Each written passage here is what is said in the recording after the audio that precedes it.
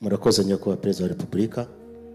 Nitwa Kensi, abandi umunyamakuru wa TV na Radio 1. Ikibazo cyanjye kiragaruka muri Kongo ko ni twese turahangayitse nk'abanyarwanda.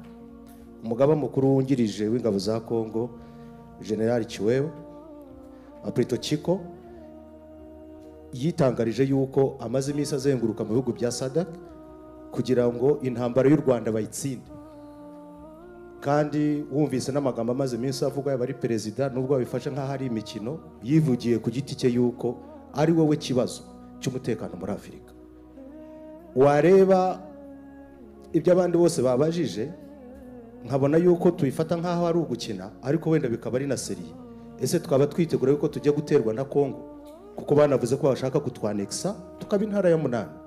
Murakoze mwadusuza kuri ibyo mukaduhumuriza cyangwa se mukaduteguza tukitegura. Reka mpere kubahumuriza nicyo kiri important, nicyo cyangombwa, nicyo gikuru. Ibyo ubwabyo ntaho mbona bishingiye, ntaho mbona byashoboka. So nushaka uryame usinzire wicuye wiyongere, ibyo ntabwo ari ikibazo. Ibyo umuntu umwe yaba yaravuze muri Kongo, ibyo afite uburenganzira bwo kuvuga ibyo ashaka kuvuga. Ntabwo bivugwa byose biba ari ukuri, cyane cyane iyo bivugwa kuri iki kibazo cya Kongo, bikivugwa n'abanyekongo bo muri leta. Ariko icyo nzi ni uko SADC ishobora gushaka gufasha ahubwo nayo mu gukemura ikibazo cya Kongo. Ntabwo nibwira rero ko gushaka gukemura ikibazo cya Kongo, nubwo abenshi bashobora kugikemura bashaka kugikemura bakagikemura nabi, cyangwa bakaba bagira ibyo bakora biteza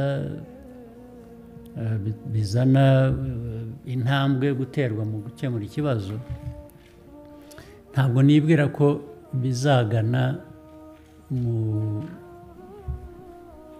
kugirira nabi u Rwanda bafashije Kongo. Ntabwo mbibona, mu kubona kwanjye ntabwo mbibona. Ariko icyo nakubwira ni uko nka bya bindi, iyo udashaka intambara urayitegura. Iyo ushaka amahoro witegura intambara. Rero ubwo twe dushaka amahoro, ibyo kwitegura twiteguye kera.